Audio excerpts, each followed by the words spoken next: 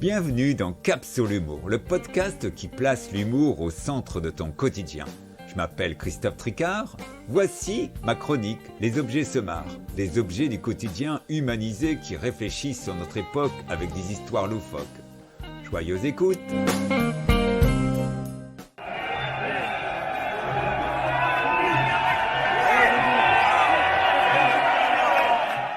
Notre époque est folle dingue. Tout le monde s'agite comme des malades pour contrer tournicotin Gripius ou tournicotin Covidius ou encore tournicotin pénurie.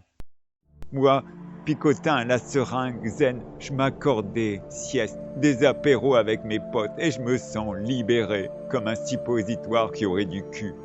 Oh, excusez-moi, je me lâche mais je me sens hyper relax. Pourtant, tout n'est pas rose dans ma vie. L'autre jour, je dormais peinard quand, à 4 heures du matin, le téléphone s'est mis à sonner. J'ai d'abord cru que c'était l'ordre des seringues qui me demandait de partir en Ukraine pour soulager Téléski. Non, c'était un grand professeur de médecine, Jacques d'Enfer. Il avait un gros problème. Il me lançait un SOS. Rapidement, j'ai enfilé un cabas en plastique et je me suis rendu chez lui. Il habitait dans un immeuble chic, mais chic. On aurait dit un palais, mais sans président. Le grand Toubib était tombé d'une chaise haute. Il souffrait énormément. Je lui ai donc piqué, clac, son gros postérieur. Oh, c'était rigolo. Il était jaune Doliprane. Pour faire scientifique, je lui ai administré un antidouleur. Il a tout de suite été soulagé. Oh, il faut dire que le papy bavard bosse en ce moment énormément. Altruiste, il sème la bonne parole sur les petites bébêtes de virus, sur les maladies d'autrefois et même ceux à venir dans 10 ans. Le spécialiste parlotte dans tous les médias de BFM, Bonne Frousse à la mode, à France Info, même dans les journaux papier comme L'Aberration. Curieux, je lui ai demandé dans quelle rue se trouvait son cabinet. Oh là là là là, j'ai senti que mon travailleur de l'élocution en marche arrière se sentait mal, un peu comme un Pinocchio ayant un rhume.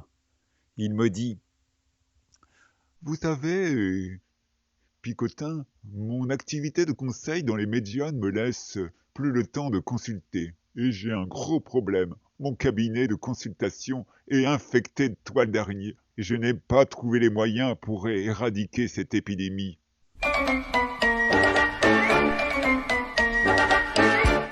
Il faut lui reconnaître une qualité, mon grand travailleur de la parlotte était toujours ouvert afin de comprendre la réalité d'aujourd'hui.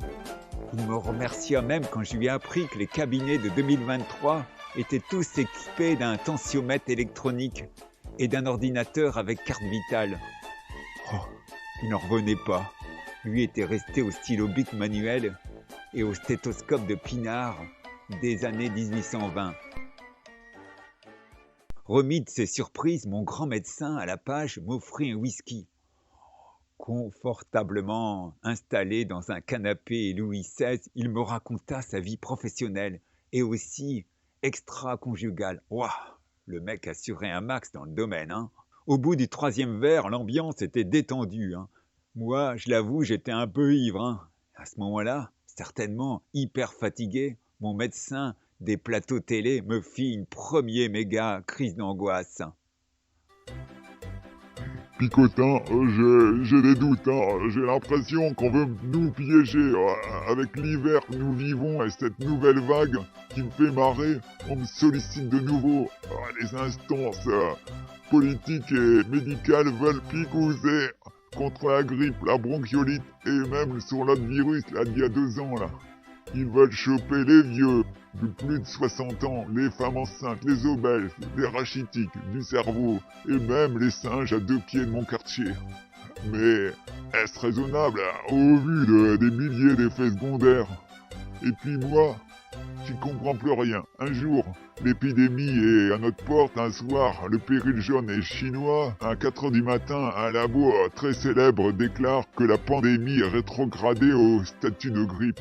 Bientôt, on dira que c'est la bière, mort subite, qui est responsable. Waouh! J'étais suspendu aux lèvres de mon bonhomme. Je revenais pas. Lui-même s'interrogeait. Pour nous remettre de nos émotions, nous avons avalé un 4e whisky. Et là, au miracle, on serait cru dans un commissariat quand les flics injectent un sérum de vérité. Mon toubib a tout lâché. Oh, j'étais cramponné à mon siège.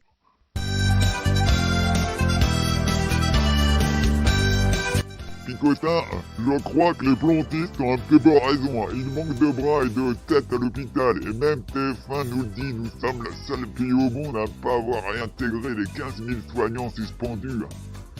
Il est temps de renforcer les défenses immunitaires des gens, les soigner avec des médicaments sans effet négatif. Il faut revenir à une médecine artisanale, pas des algorithmes. Car je vous le dis, les big lavos ne cherchent pas à guérir leurs patients et ils leur donnent des cachets qui se transforment en cachets financiers pour soigner leur compte en banque. Moi aussi, j'ai gagné beaucoup de pilules que j'ai planquées en Suisse, mais j'étais malade, je roulais tout le monde. Maintenant, je dis stop. D'ailleurs, je me sens beaucoup mieux. Mon ulcère à l'estomac est parti. Libéré et rieur, il était mon Jacques d'enfer. On était au paradis, on s'est pris dans les bras, on a chanté, on a dansé, on était dans un nouveau monde. Dis-leur que l'on s'aime. C'est terminé, mais j'ai des effets secondaires, je me sens pas encore remis de ma saoulerie.